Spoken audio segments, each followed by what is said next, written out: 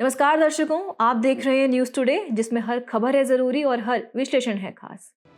बात करते हैं मुख्य सुर्खियों की। स्वच्छ भारत मिशन SBM के 10 वर्ष पूरे हुए।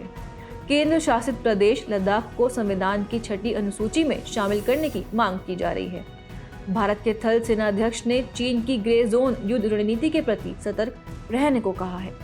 केंद्रीय पर्यावरण, वन और जलवायु परिवर्तन मंत्रालय ने इको मार्क नियम 2024 अधिसूचित किए। अंतर्राष्ट्रीय श्रम संगठन ILO ने Asia and Pacific regional companion report जारी की। सांख्यिकी एवं कार्यक्रम कार्यान्वयन मंत्रालय MOSPI ने EnviStats India 2024 environment accounts का 7वां अंक जारी किया। चलिए बुलेटिन की शुरुआत करते हैं और रुख करते हैं आज के पहले मुख्य खबर की ओर। स्वच्छ भारत मिशन SBM के 10 वर्ष पूरे हुए।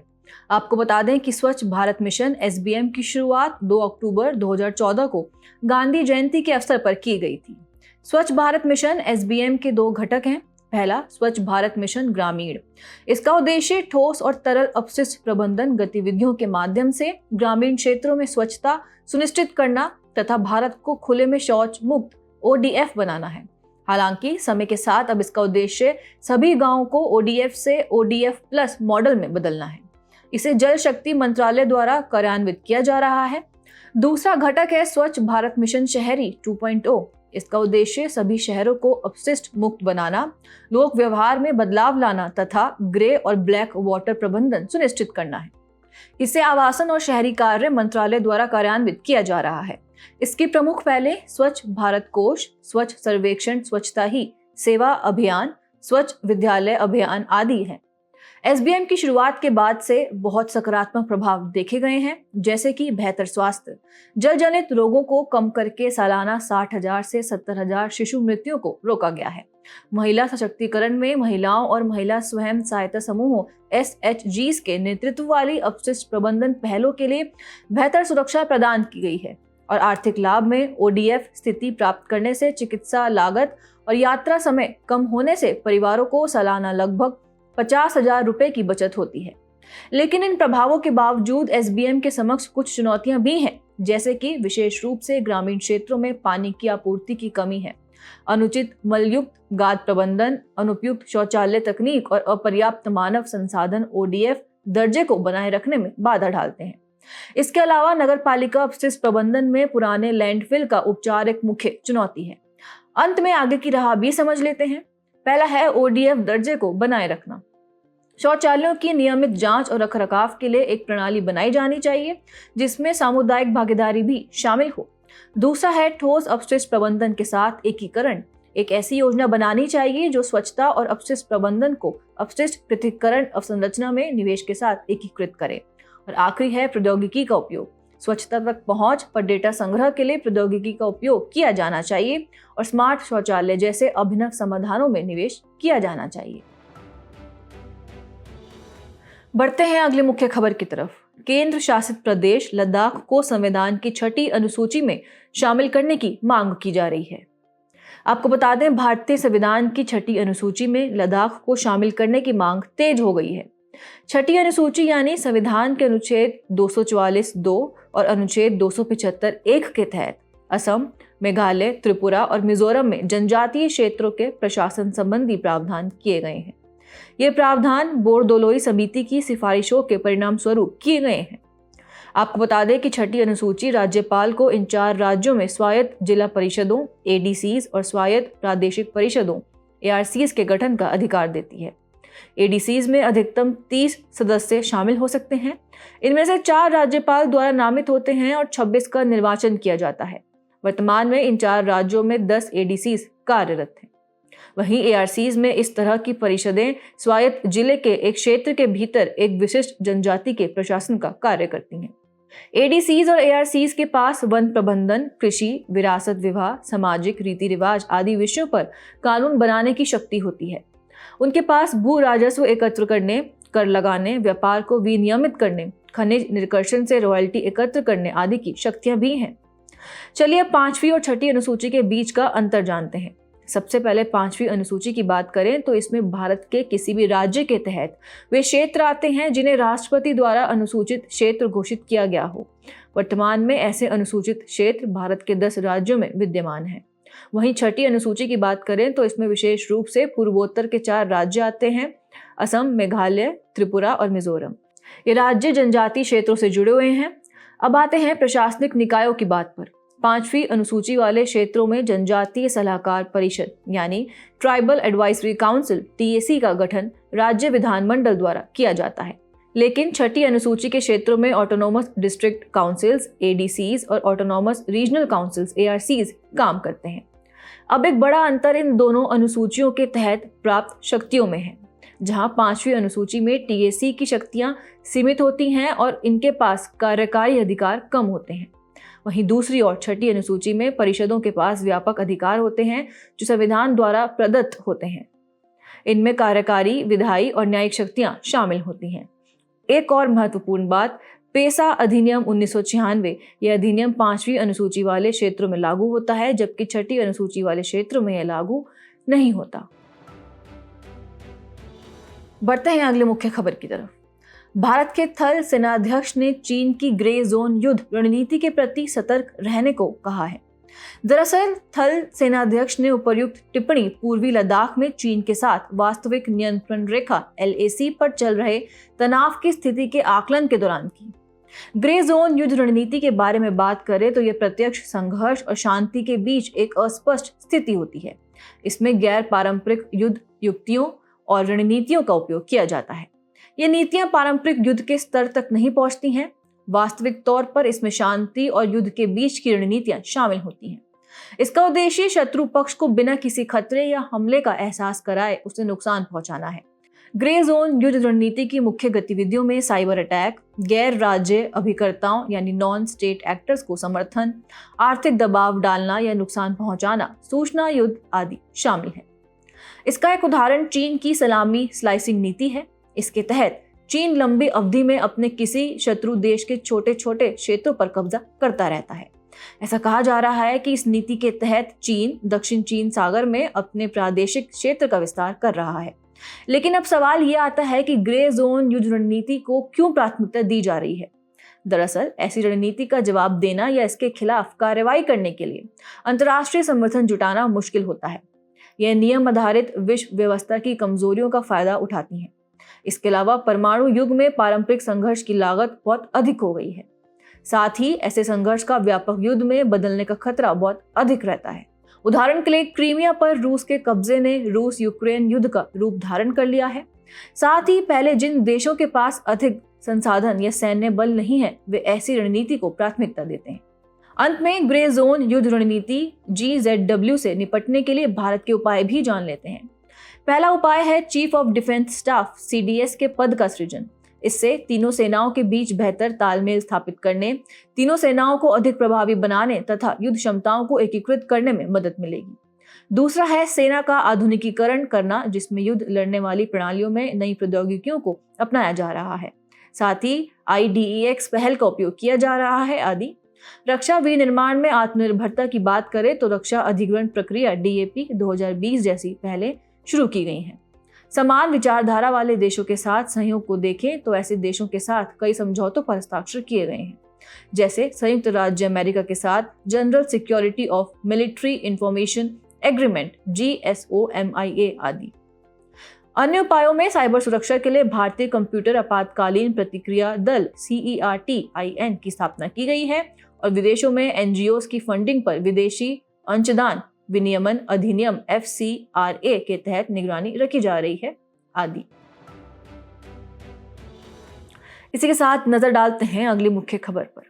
केंद्रीय पर्यावरण, वन और जलवायु परिवर्तन मंत्रालय ने इकोमार्क नियम 2024 अधिसूचित किए। आपकी जानकारी के लिए बता दें कि इकोमार्क लेबलिंग प्रणाली खाद्य, सौंदर्य प्रसाधन, साबुन, इलेक्ट्रॉनिक्स जैसी श्रेणियों में पर्यावरण अनुकूल उत्पादों को बढ़ावा देगी। ये प्रणाली LIFE लाइफ यानी लाइफस्टाइल फॉर एनवायरनमेंट के सिद्धांत के अनुरूप है। यह संधारणीयता और संसाधनों के दक्षतापूर्वक उपयोग पर ध्यान केंद्रित करेगी। सबसे पहले अधिसूचित नियमों पर एक नजर डालते हैं। इन नियमों में पहला है इकोमार्क लेबलिंग देने हेतु मानदंड। ऐसे उत्पाद जिनके पास भारतीय मानक ब्यूरो BIS अधिनियम के तहत भारतीय मानकों के अनुरूप लाइसेंस या प्रमाण पत्र हैं या गुणवत्ता नियंत्रण आदेश का मैंडेट है, साथ ही जो इको मार्क नियमों में निर्धारित मानदंडों को पूरा करते हों। नियमों के अनुसार इको मार्क उन उत्पादों को भी दिया जा सकता है जो संसाधन उपभोग और पर्यावरणीय प्रभावों के संबंध में पर्यावरण संबंधी निर्धारित मानदंडों को पूरा करते हैं। दूसरा है आवेदन प्रक्रिया। विनिर्माताओं को केंद्रीय प्रदूषण नियंत्रण बोर्ड CPCB के माध्यम से इको मार्क के लिए आवेदन करना होगा। इको मार्क लेबलिंग मार्क के उपयोग की अवधि की बात करें तो यह मार्क 3 साल के लिए वैध होगा। इन नियमों का निरीक्षण और कार्यान्वयन केंद्रीय पर्यावरण मंत्रालय के सचिव की अध्यक्षता वाली एक संचालन समिति करेगी। इको मार्क लेबलिंग के महत्व की बात करें तो यह उपभोक्ताओं को उत्पाद के पर्यावरण पर पड़ने वाले प्रभाव की जानकारी के आधार पर खरीद संबंधी निर्णय लेने में मदद करेगी। साथ ही यह विनिर्माताओं को अपने उत्पादों को पर्यावरण अनुकूल बनाने के लिए प्रोत्साहित भी करेगी। यह सर्कुलर इकोनॉमी को बढ़ावा देगी और उत्पादों के पर्यावरण अनुकूल होने के भ्रामक दावों पर रोक लगाएगी। साथ ही यह कम ऊर्जा खपत, संसाधन दक्षता और संरक्षण को भी बढ़ावा देगी। खबर के अंत में भारत में पर्यावरण प्रमाणन की अन्य योजनाओं पर भी चर्चा कर लेते हैं। भारतीय वन और लकड़ी प्रमाणन योजना IFWCS शुरू की गई है। यह देश में संधारणीय वन प्रबंधन और कृषि वानिकी को बढ़ावा देने के लिए शुरू की गई है। यह स्वैच्छिक थर्ड पार्टी प्रमाणन का प्रावधान करती है। इसमें वन प्रबंधन प्रमाणन, वन के बाहर वृक्ष प्रबंधन प्रमाणन और कस्टडी प्रमाणन श्रृंखला शामिल है। यह उन संस्थाओं को बाजार आधारित प्रोत्साहन प्रदान करती है जो अपनी गतिविधियों में जिम्मेदार वन प्रबंधन और कृषि वानिकी पद्धतियों को अपनाती हैं।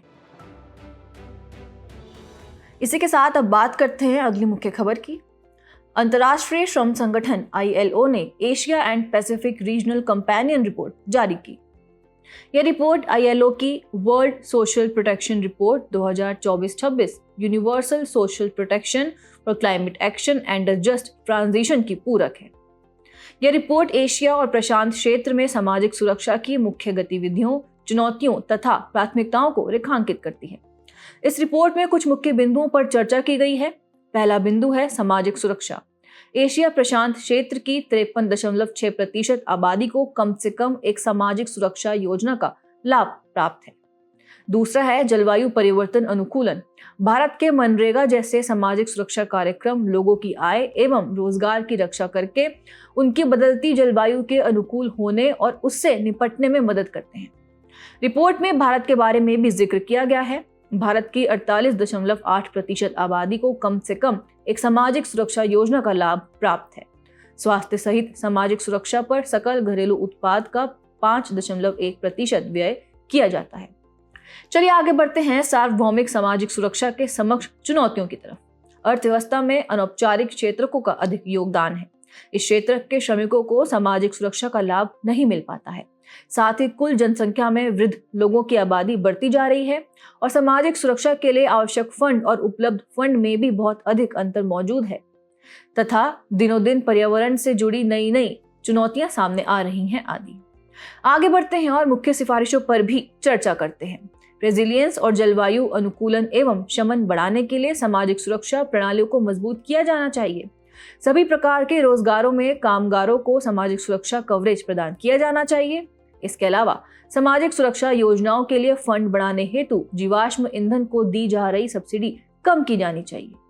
सामाजिक सुरक्षा कार्यक्रमों के लाभों के वितरण में सुधार करने तथा उन्हें और अधिक प्रभावी बनाने के लिए प्रौद्योगिकी का उपयोग किया जाना चाहिए। अंत में सामाजिक सुरक्षा सुनिश्चित करने हेतु भारत की पहले भी जान लेते हैं। महात्मा गांधी राष्ट्रीय ग्रामीण रोजगार गारंटी अधिनियम MGNREGA 2005, इसके तहत ग्रामीण परिवारों को 100 दिनों की मजदूरी आधारित रोजगार की गारंटी दी गई है। राष्ट्रीय खाद्य सुरक्षा अधिनियम 2013, इसके तहत देश के 1.4 बिलियन लोगों में से लगभग 2/3 को सब्सिडी पर खाद्यान्न उपलब्ध कराया जाता है। अगला है राष्ट्रीय सामाजिक सहायता कार्यक्रम NSAP, इसके तहत वृद्ध, दिव्यांग और विधवाओं को पेंशन के रूप में सामाजिक सहायता प्रदान की जाती है। और आखिरी है आयुष्मान भारत प्रधानमंत्री जन आरोग्य योजना। यह योजना गरीब और अभावग्रस्त परिवारों तथा 70 वर्ष या उससे अधिक उम्र के सभी नागरिकों को द्वितीयक एवं तृतीयक स्तरीय स्वास्थ्य देखभाल हेतु अस्पताल में भर्ती होने के लिए प्रति परिवार प्रति वर्ष 5 लाख रुपए का स्वास्थ्य कवर प्रदान करती है।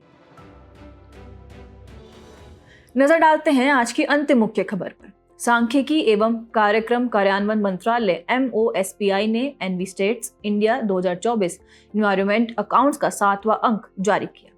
आपको बता दें, एनवी स्टेट्स यानी पर्यावरण सांख्यिकी को पर्यावरण आर्थिक लेखांकन प्रणाली SEEA फ्रेमवर्क के अनुसार संकलित किया गया है। ये पर्यावरण और समय के साथ व अलग अलग स्थानों पर इसके सबसे महत्वपूर्ण परिवर्तनों तथा उन्हें प्रभावित करने वाले मुख्य कारकों के बारे में जानकारी प्रदान करता है। एनवी स्टेट्स के 7वें अंक में 4 क्षेत्रकों को शामिल किया गया है। ये 4 क्षेत्रक हैं: ऊर्जा लेखा, महासागर लेखा, मृदा पोषक तत्व सूचकांक और जैव विविधता। चलिए सबसे पहले एनवी स्टेट्स इंडिया 2024 के मुख्य बिंदुओं पर एक नजर डालते हैं। भारत एनर्जी ट्रांजिशन में विश्व में अग्रणी देश बनकर उभरा है। वर्ष 2000 से 2023 की अवधि के दौरान कुल संरक्षित क्षेत्रों की संख्या में लगभग 72% और क्षेत्रफल में लगभग 16% की वृद्धि हुई है। इसके साथ ही 2013 से 2021 के दौरान मैंग्रोव का कवरेज लगभग 8% बढ़ा है। अब एनवी स्टेट्स के महत्व की बात करें तो यह प्राकृतिक संसाधनों के संधारणीय प्रबंधन और दीर्घकालिक विकास में सहायता करता है, पर्यावरणीय संधारणीयता के साथ आर्थिक समृद्धि को संतुलित करता है। इसके अलावा यह समृद्धि और प्रगति को मापने के वैकल्पिक साधन प्रदान करता है। इसमें जीडीपी के साथ साथ पर्यावरणीय संधारणीयता पर भी ध्यान दिया जाता है। साथ ही ये डेटा के आधार पर नीति निर्माण को बढ़ावा देता है। खबर में आगे बढ़ते हुए अब पर्यावरण आर्थिक लेखांकन प्रणाली यानी SEEA पर भी चर्चा कर लेते हैं। यह पर्यावरण आर्थिक लेखाओं के संकलन के लिए एक सहमत अंतर्राष्ट्रीय फ्रेमवर्क है। यह अर्थव्यवस्था और पर्यावरण के बीच अंतरक्रिया के साथ साथ पर्यावरणीय परिसंपत्तियों के स्टॉक और उनमें बदलाव का भी वर्णन करता है। SEEA के 2 पक्ष हैं: SEEA केंद्रीय फ्रेमवर्क SEEA-CF और SEEA पारिस्थितिकी तंत्र लेखांकन यानी SEEA-EA। SEEA-CF पर्यावरणीय परिसंपत्तियों और अलग अलग संसाधनों की माप करता है और यह बताता है कि अर्थव्यवस्था में इनका कैसे उपयोग किया गया है, जैसे कि लकड़ी, जल, मछली, मृदा, खनिज आदि। वहीं SEEA-EA पारिस्थितिकी तंत्र और आर्थिक एवं मानवीय गतिविधियों के लिए उनके द्वारा प्रदान की जाने वाली सेवाओं की माप करता है, जैसे कि वन, नदियां, प्रवाल भित्तियां, आर्द्र भूमियां आदि। खबर के अंत में भारत में मौजूद एनवायरमेंट अकाउंट्स पर भी नजर डाल देते हैं। सांख्यिकी एवं कार्यक्रम कार्यान्वयन मंत्रालय MOSPI के तहत राष्ट्रीय सांख्यिकी कार्यालय को भारत के लिए पर्यावरण सांख्यिकी और राष्ट्रीय संसाधन लेखांकन कार्यप्रणाली के विकास का काम सौंपा गया है। MOSPI ने strategy for environmental economic accounts in India 2022-26 जारी की है। साथ ही भारत में प्राकृतिक पूंजी लेखांकन और पारिस्थितिकी तंत्र सेवाओं का मूल्यांकन यानी natural capital accounting and valuation of ecosystem services NCAVES एनकेव्स में भी भाग लिया है। एनकेव्स को संयुक्त राष्ट्र सांख्यिकी प्रभाग UNSD, संयुक्त राष्ट्र पर्यावरण कार्यक्रम UNEP और जैविक विविधता पर अभिसमय CBD के सचिवालय द्वारा 2017 में लॉन्च किया गया था। आपकी जानकारी के लिए बता दें कि सर पार्थ दासगुप्ता समिति की सिफारिशों पर 2018 में पहली बार एनवी स्टेट्स जारी किए गए थे। चलिए बढ़ते हैं हमारे खास सेगमेंट सुर्खियों में रहे व्यक्तित्व की तरफ। आज हम बात कर रहे हैं भारत के दूसरे प्रधानमंत्री लाल बहादुर शास्त्री जी की, जिनकी जयंती 2 अक्टूबर को पूरे देश में मनाई गई। लाल बहादुर शास्त्री जी ने 1964 से लेकर 1966 तक भारत के प्रधानमंत्री के रूप में कार्य किया था। शास्त्री जी के योगदान की बात करें तो उन्होंने असहयोग आंदोलन, सविनय अवज्ञा आंदोलन और भारत छोड़ो आंदोलन में भाग लेकर अपनी सक्रिय भूमिका निभाई। साथ ही उन्होंने कई अभियानों का नेतृत्व किया और ब्रिटिश काल में अंग्रेजों की जेल में भी उन्होंने कुल 7 साल बिताए, लेकिन कभी अपने आदर्शों से पीछे नहीं हटे। प्रधानमंत्री बनने के बाद उन्होंने 1965 के भारत पाकिस्तान युद्ध का कुशल नेतृत्व किया और अपने साहस से देश का मान बढ़ाया। युद्ध के दौरान खाद्य संकट का सामना करते हुए उन्होंने एक ऐसा नारा दिया जो हर किसान और जवान के दिल को छू गया, जय जवान जय किसान। ये नारा आज भी हमारी स्मृतियों में जिंदा है। सिर्फ यही नहीं, शास्त्री जी के कार्यकाल में राष्ट्रीय डेयरी विकास बोर्ड और भारतीय खाद्य निगम की स्थापना भी हुई, जो देश की खाद्य सुरक्षा को मजबूत करने में अहम साबित हुई। शास्त्री जी का जीवन हमें ईमानदारी, सादगी और कर्तव्यनिष्ठा का पाठ पढ़ाता है। उनका अदम्य साहस और निस्वार्थ सेवा का भाव हमेशा हमारे दिलों में सदैव जीवित रहेगा। बुलेटिन के आखिर में बढ़ते हैं आज की संक्षिप्त सुर्खियों की तरफ।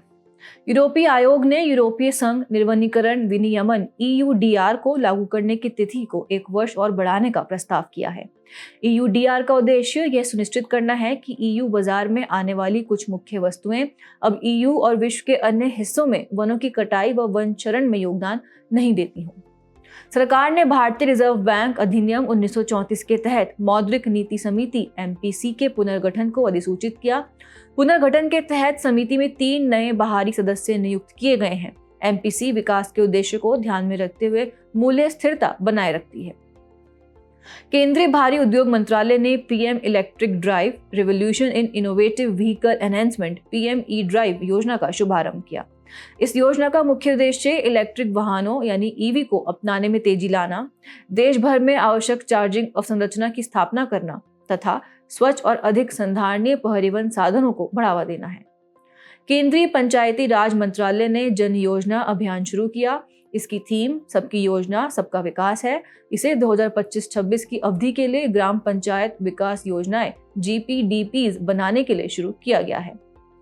लिटिल प्रेस्पा झील अल्बानिया ग्रीक सीमा पर अवस्थित है। यह झील धीरे धीरे सूख रही है। झील के सूखने के कारणों में बढ़ता तापमान, कम बर्फबारी, कम वर्षा तथा हल्की सर्दी पड़ना है। लिटिल प्रेस्पा झील बाल्कन प्रायद्वीप में अवस्थित है। 2022 का Dada Saheb Phalke life time achievement पुरस्कार प्रख्यात अभिनेता मिथुन चक्रवर्ती को दिया जाएगा। दादा साहेब फाल्के पुरस्कार सिनेमा के क्षेत्र में भारत का सर्वोच्च पुरस्कार है। इसे हर साल फिल्म महोत्सव निदेशालय द्वारा प्रस्तुत किया जाता है। Indian national trust for art and cultural heritage INTACH ने साहिबी नदी के प्रवाह का सफलतापूर्वक पता लगाया है। ये नदी राजस्थान से निकलती है और हरियाणा व दिल्ली से होकर बहती है। चेन्नई स्थित भौगोलिक संकेतक रजिस्ट्री ने असम के 8 उत्पादों को GI टैग प्रदान किया है। इन उत्पादों में पारंपरिक रूप से किण्वित चावल आधारित 3 मादक पेय शामिल हैं। ये पेय बोडो जौ गोरान, बोडो जौ गीशी और मैब्रा जौ बिडवी है। जाने से पहले आपकी समझ की परीक्षा के लिए डालते हैं एक नजर आपके स्पेशल सेगमेंट प्रश्नोत्तरी पर।